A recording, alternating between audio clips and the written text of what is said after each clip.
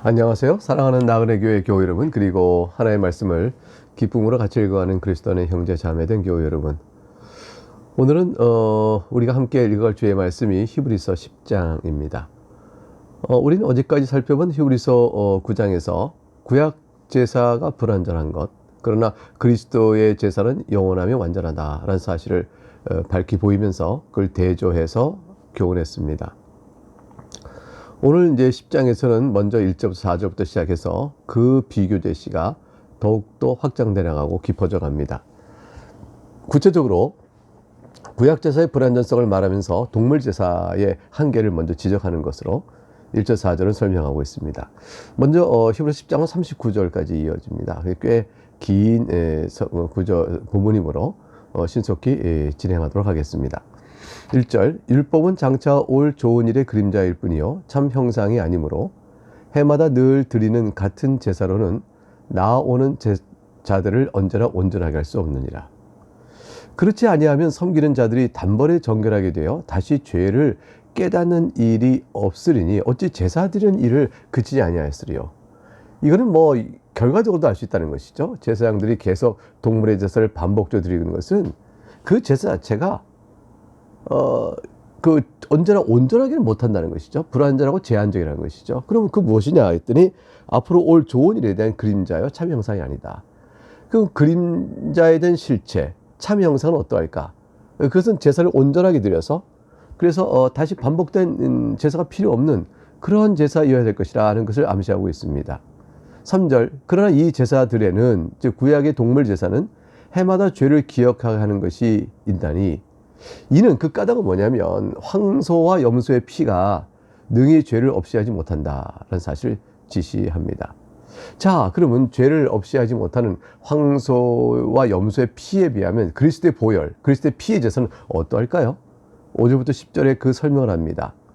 그러므로 주께서 세상에 임하실 때 이르시되 하나님이 제사와 예물을 원하지 아니하시고 오직 나를 위하여 한 몸을 예비하셨도다. 번제와 속죄의 죄는 기뻐하지 아니하시나니 세상에 임하실 때 이르셨다라는 그 임하실 때는 성육신을 가리켜 말하죠. 여기서부터 시작되는 7절까지의 말씀은 시편 40편 6절부터 8절의 말씀을 인용하고 있는 것입니다. 제사 제도를 명하신 분은 하나님이시죠. 그런데 하나님께서 제사 제도의 제물을, 제사 제도에 따른 제사 제물을 원하지 아니하신다. 즉 5절에 하나님이 제사 예물을 원하지 아니하신다. 이게 무슨 말씀일까요? 제사제를 명하시고 정하신 분이 하나님이신데 어째 그걸 원하지 않는다고 하실까요? 그것은 하나님께서 바라시는 것이 제물 자체에 있지 않다는 것을 말씀해 주고 있습니다. 하나님께서 제사제를 두실 때도 제물 자체를 받고자 하여 제사를 둔 것이 아니고 그 제물을 드림으로 인해서 속죄의 희생이 필요하고 죄사함의 은총이 있어야 죄인이 산다는 것을 알려주는 것이죠. 그리고 그것을 위하여 대리속죄의 희생이 필요하다는 것을 깨닫고 하나님의 긍휼을 의지하며 나가도록 이끌어감입니다. 그 마음의 죄를 회개하고 돌이켜 주의 은혜를 구하는 그런 마음이 있어야 될 것을 하나님이 바라보시고 제사제를 두신 것이죠. 그래서 하나님의 긍휼을 입어 새 사람 사는 것이 하나님께서 바라시는 것이었습니다. 그런데 이스라엘이 그렇지 못하고 형식화되고 의식화되어 버린 제물 드리는 것으로 제사 다 드렸다. 이러니 이것을 드린 수고를 통해서 하나님께서 우리를 약속하신 죄사함과 우리를 복을 주셔야 한다. 이런 식으로 생각했던 것이죠. 하나님과 마음은 멀고 형식적인 일을 함으로 인해서 자기의 욕망은 욕망도 채워가는 그런 표리부동하며 이 배반적인 일들이 있었던 것이죠. 그래서 당연히 하나님께서 선지자를 보면서 그러한 이스라엘의 영적 태도를 책망하지 않으셨겠어요? 이사야서 1장 11절 13절은 이 부분을 아주 적시하고 있습니다. 이렇게 기록되어 있죠. 여호와께서 말씀하시되 너희의 무수한 재물이 내게 무엇이 유익하뇨? 나는 순양의 번제와 살찐 짐승의 기름에 배불렀고 나는 수송아지나 어린 양이나 숫염소의 피를 기뻐하지 아니하노라. 너희가 내 앞에 보이러 오니 이것을 누가 너희에게 요구하였느냐? 내 마당만 밟을 뿐이니라. 헛된 재물을 다시 가져오지 말라. 분향은 내가 가지 여기는 바요 월삭과 안식일과 대로 모이는 것도 그러하니 성회와 더불어 악을 행하는 것을 내가 견디지 못하겠노라. 이 이사야 1장 11절 13절까지 말씀을 읽었습니다. 제사를 바르게 드리는 것은 제사를 명하신 하나님의 뜻을 따라 그 제사에 부여하신 하나님의 뜻을 이해하고 바르고 각성하여 그래서 그 제사를 통해서 예수 그리스도를 바라봐야 하는 것입니다. 우리를 구원하신 그리스도를 바라봐야 하는 것이죠. 그러니까 이치가 이러하므로 지금 다시 복음을 알고 그리스도의 은혜를 알았다는 자들이 그리스도 교회를 떠나서 유대교로 복귀한다? 이거 다시 헛된 제사로 돌아가겠다는 것이니 얼마나 어리석은 일이 되고 맙니까? 그래서 본문은 다시 7절에 히브리서 10장 7절 이렇게 기록되어 있죠. 이에 내가 말하기를 하나님이여 보시옵소서. 두루마리 책에 나를 가리켜 기록된 것 같이 하나님의 뜻을 행하러 왔나이다 하셨느니라. 여기서 내가 말하기를 하나님 보시옵소서. 두루마리 책에 기록된, 두루마리 책에 나를 가리켜 기록된 것 같은. 여기서 두루마리 책은 여러 가지 해석들이 있습니다만 구약 성경 전체, 기록된 성경 전체를 보는 것이 제일 무난합니다. 제일 적절합니다. 그러니까 유대교로 돌아가는 자에게 지금 히브리서를 쓰신 분은 지금 경고하고 있는 거죠. 구약 성경 전체, 네가 돌아가려고 하는 유대교가 하나님의 말씀이라고 언제 그것만 붙들고 있는데 예수 그리스도를 없이 그 구약 성경 전체가 사실은 그 예수 그리스도를 가르치고 있다. 그러니 예수 그리스도께서 구약 성경이 예언된 그 메시아로 이따 오셔서 모든 예언된 일을 성취하셨거늘, 즉 하나님의 뜻을 행하러 오셨거늘, 오늘 7절에 나를 가리켜 기록된 것 같이 하나님의 뜻을 행하러 왔나이다. 하나님의 뜻을 행하러 오셨거늘, 그리스도 사역이 그렇게 성취되었는데 어째 너희가 유대교로 돌아가려 하느냐. 8절 9절 이어볼까요? 위에 말씀하시기를 주께서는 제사와 예물과 번제와 속죄제를 원하지 아니하시고 기뻐하지도 아니하신다고 하셨고, 이는 다 율법을 따라 드리는 것이라. 그 후에 말씀하시기를 보시옵소서. 내가 하나님의 뜻을 행하러 왔나이다 하셨으니 그 첫째 것을 폐하시면 둘째 것을 세우려 하심이라. 첫째 것은 모세의 율법에 따라 행하신 동물의 제사를 드리는 의식이겠죠. 그럼 제사법이죠. 그걸 다 폐하시고, 둘째 것은 뭐예요? 그것에 참된 실체가 오셨으니 그림자는 폐하고 실체에 따라서 세워진 그리스도를 믿음으로 얻는, 그리스도의 온전한 희생제사를 기초로 그리스도를 믿음으로 얻는 구원을 따라가는 것, 그것이 바로 둘째 것을 세우는 것이죠. 하나님께서 그림자는 폐하시고 이제 실체를 세우려 하시는 것이다. 그래서 하나님 뜻을 행하러 왔다 하였고, 하나님 뜻에 따라 이제 둘째가, 실체가 온전히 세워진 것이다. 그것이 바로 그리스도의 완전한 제사라. 이 10절에 보니까 이 뜻을 따라 예수 그리스도의 몸을 단번에 들이심으로 말미암아 우리가 거룩함을 얻었노라. 단번에 들이신 그리스도의 몸은, 그리스도의 몸을 여러 차례 드릴 필요가 없었죠. 동물의 제사처럼. 왜냐하면 한 번 주님께서 속죄사를 하시도록 완전히 모든 속죄사이 완성된 겁니다. 그러니까 짐승을 번거롭게 여러 번 드린 것처럼 그리스도의 몸을 여러 차례 걸쳐 드릴 필요가 없는 것이죠. 한 번에 드리심으로 그것을 완결하신 겁니다. 속죄사역을 완결하신 것이죠. 그래서 그리스도의 제사는 완전하며 영원합니다. 11절 18절이 그것을 쭉 설명하네요. 내용을 읽어볼까요?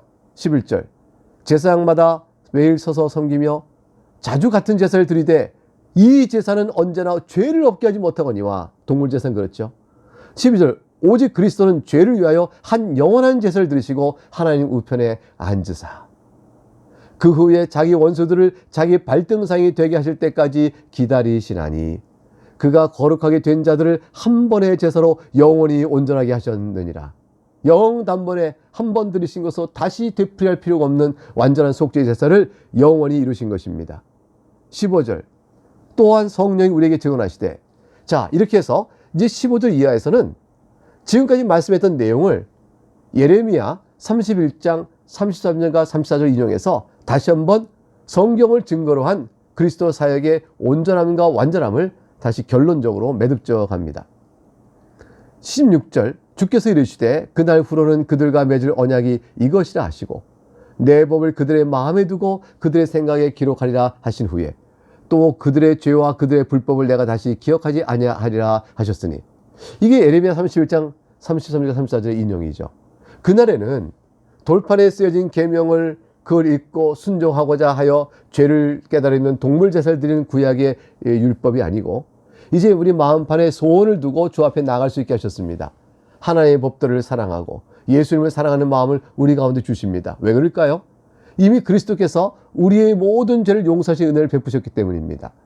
우리의 죄와 불법을 다시는 기억하지 않는 그 속죄 제사를 주님께서 온전히 드렸음에 그 드리신 그 은혜를 입어 주 앞에 나오는 자들에게 성령 하나님께서 우리 마음에 역사하시사 이미 주신 받은 계명의 말씀을 사랑하고 지키고자 하는 마음의 소원을 우리 마음에 두시는 거예요.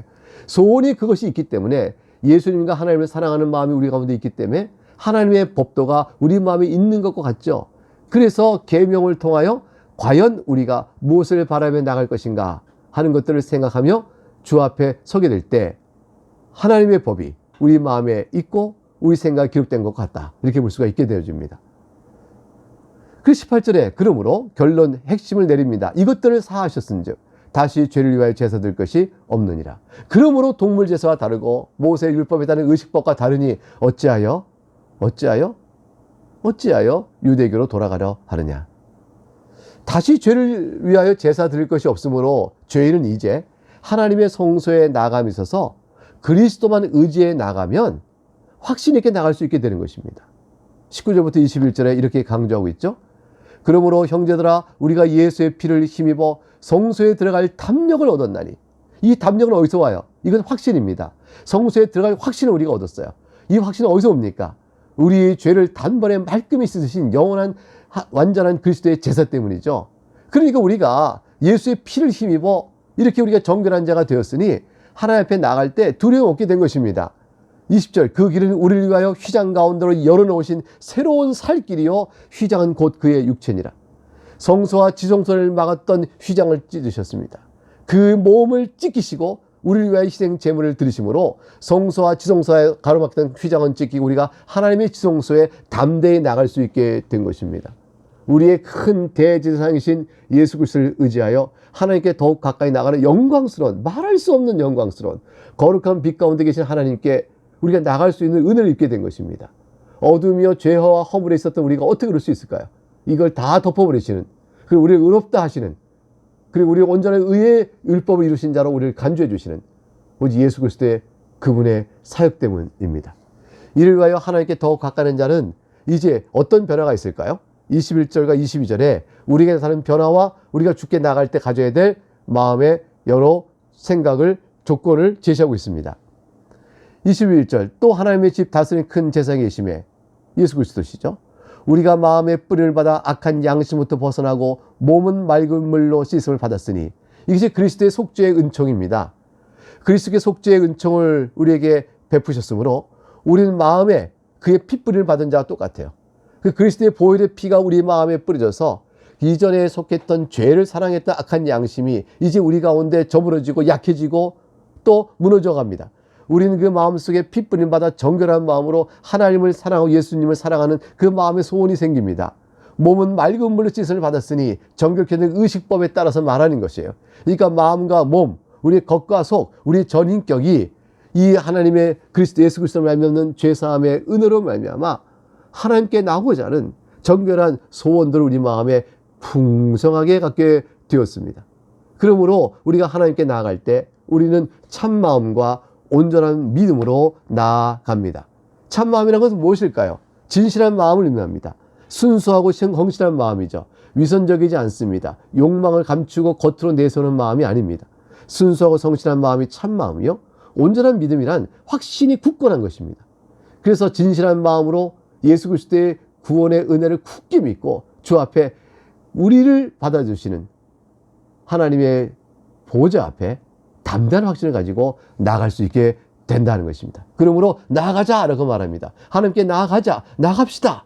이게 받은 바 은혜에 대한 큰 영광을 우리에게 선언해주고 누리라, 그걸 붙잡으라, 그것을 갖고 하나님께 나가라 라고 말하죠. 이것은 감히 모세의 율법에 따른 구약의 옛 언약에서는 상상도 못하는 일이죠. 근데 이를 우리에게 그리스도가 이루셨으므로 우리에게 소망을 이렇게 밝히 보여줍니다. 그 은혜의 기쁨을 밝히 보여주는 것입니다. 그리고 23절에 또 약속하신 이는 믿으시니 우리가 믿는 도리의 소망을 움직이지 말며 굳게 잡고, 그래서 하나님께 이 약속을 취소하지 않으신다. 예수 그리스도의 보혈을 믿으면 그리스도 앞에서 내가 죄사함 받았다 하시고 참된 마음과 굳건한 온전한 믿음으로 주 앞에 탁 나갔더니 거룩하고 살려 계신 하나님 앞에서 내가 이렇게 소멸한 불로 진노를 받아 죽으면 어떡하냐 두려워 떨 수 있을 때 하나님께서 약속하신 바는 절대 취소되지 아니하니 믿으시니 믿는 도리의 소망을 굳게 잡아라, 흔들리지 마라. 하나님께서 변개하지 않으시는 분이시라, 이렇게 말씀해 줬습니다. 그러므로 성도는 이제 유대교로 돌아갈 헛된 생각을 버리고 그리스도 안에서 24절부터 25절까지 우리가 어떻게 해야 될까요? 서로 돌아보고 사랑과 선행을 격려하며 모이기를 패하는 어떤 사람들의 습관과 같이 하지 말고 도리어 오직 권하여 그리스도께 다시 오실 날을 가까움을 볼수록 더욱더 그렇게 모이기에 힘써야 할 것이라. 이것이 바로 우리에게 주신 권면의 말씀입니다. 그런데 이러한 이치를 떠나서 배교를 한다면 어찌 될까요? 26절부터 그 31절의 내용을 볼까요? 우리가 진리를 아는 지식을 받은 후 짐짓 죄를 범한 즉 다시 속죄하는 제사가 없고, 다시 속죄하는 제사가 없습니다. 배교하는 자가 어떻게 속죄하는 제사를 받겠어요? 그리스도를 부인하였으니 용서받을 길은 없는 겁니다. 오직 무서운 마음으로 심판을 기다리는 것과 대적하는 자를 태울 맹렬한 불만 그들 앞에 놓였을 뿐이라. 어째 유대교로 돌아가려 하는가? 너희가 무서운 마음으로 심판을 받기를 원하는가? 대적하는 자를 태울 맹렬한 불 속에 던져지길 바라는가? 여러분의 죄를 속죄할 제사가 예수 그리스도뿐인데 주님을 떠나면 어찌할 것인가? 보라, 28절 모세의 법을 폐한 자도 두세 증인으로 말미암아 불쌍히 여김을 받지 못하고 죽었노라. 하물며 예수 그리스도를 떠난다? 하나님의 아들을 짓밟고 자기를 거룩하게 한 언약의 피를 그 소중한 보배로운 피를 부정한 것을 여기고 옛 언약으로 돌아간다. 지금 동물의 제사에 돌아갔다는 것은 은혜의 성령을 욕되게 하는 것이 아니냐. 그런 자가 받을 형벌, 당연히 받을 형벌은 얼마나 더 무겁겠느냐. 너희는 생각하라. 일깨워줍니다. 사랑하는 여러분, 예수 그리스도를 떠나면 바로 이와 같은 것과 똑같은 이치가 되는 것입니다. 원수 갚는 것은 30절 내게 있으니 내가 갚으리라 하시고 또다시 주께서 그의 백성을 심판하리라 말씀하신 것을 우리가 아노니 31절 살아계신 하나님의 손에 빠져 들어가는 것이 무서울진저. 그러니 복음으로 인하여 고난과 환난이 있다 하더라도 그것을 피하기 위하여 유대기로 돌아가려고 하는 어리석은 생각을 하지 마라. 그 약간의 고난과 복음으로 인한 환난은 우리가 믿음의 인내로 견디면 하나님께서 여러분에게 의의 면류관이요 생명의 면류관을 주실 것이니라. 이 약속의 소망을 붙들고 인내하라. 이렇게 말하는 것입니다. 그 고난을 피하여 유대교로 돌아가려 하느냐. 생명의 길이 여기 있으니 복음으로 인한 고난이 있더라도 인내하라. 이렇게 말씀하는 것이죠. 32절 볼까요? 전날에 너희가 빛을 받은 후에, 즉 복음의 진리를 받은 후에라는 것이죠. 고난의 큰 싸움을 견뎌낸 걸 생각하라. 유대교로 복귀할까 하는 자들이, 그런 자들이 이미 복음을 처음 믿었을 때에 자신들 이미 고난을 받았어요. 예컨대 가족들이 외면했겠죠. 네가 어찌하여 유대교를 떠나려고 하느냐? 안 된다. 우리 가족이 아니다. 가문에서 끊어내겠다. 그런 일을 당할 수 있어요. 친구들과 사회에서 따돌림 받고요. 직장에 위협도 받을 수 있습니다. 그런 일을 이미 당하면서 복음을 지켰는데 이제 와서 그 복음을 버리고 고난의 큰 싸움을 견디는 너희가 어찌하여 다시 돌아가려고 하느냐. 33절 혹은 비방과 환난으로서 사람에게 구경거리가 되고 혹은 이런 형편에 있는 자들과 사귀는 자가 되었었는데 너희가 갇힌 자를 동정하고 너희 소유를 빼앗기는 것도 기쁘게 당하지 않았느냐. 그것은 바로 너희가 왜 그랬겠느냐. 상상도 하지 못할 더 낫고 영구한 소유가 있는 줄 알미 아니냐. 영원한 생명, 하늘의 본향, 그것을 주는 너희들 하나님 앞에 살아가는 하나님의 자녀됨의 이 기업, 이것들 너희가 이미 바라고 확신했기 때문이 아니냐. 그러니 지금에 와서 흔들리지 마라. 오직 35절 너희 담대함을 버리지 마라. 확신을 굳건히 해라. 이것이 큰 상을 얻게 하느니라. 그 상은 뭘까요? 의의 면류관이요 생명의 면류관입니다.